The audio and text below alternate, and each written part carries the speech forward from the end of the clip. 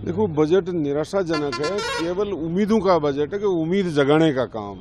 इनके 10 साल के बजट देख लो। इनका एक ही बजट है कि धार्मिक भावनाएं भड़काओ, किसानों को कुचलो, रोजगार मत दो, महंगाई बढ़ाओ। इनका बजट में ये चीजें हैं।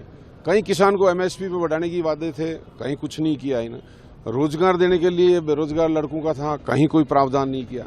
पहले इन्होंने काला धन लाने के लिए कहा, वो कुछ नहीं कर पाए। ये सारी बजट में ऐसी कोई चीज नहीं जिससे बेरोजगारी मिटे, महंगाई कम हो। डीजल पेट्रोल में वेट कम करने की बात थी, जीएसटी में लेने की बात थी। ये कहाँ कर रहे हैं? कुछ भी नहीं कर रहे हैं। निराशाजनक बजट है। घोर किसान, महिला, व्यापारी सब लोग दुखी हैं। कहीं कोई ऐसी बेनिफिट की चीज नहीं थी जिससे देश मजबूत हो और आम लोग मजबूत हो। इसलिए निराशाजनक है, घोर निराशाजनक बजट है। देखो, बजट निराशाजनक है। केवल उम्मीदों का बजट है कि उम्मीद जगाने का काम।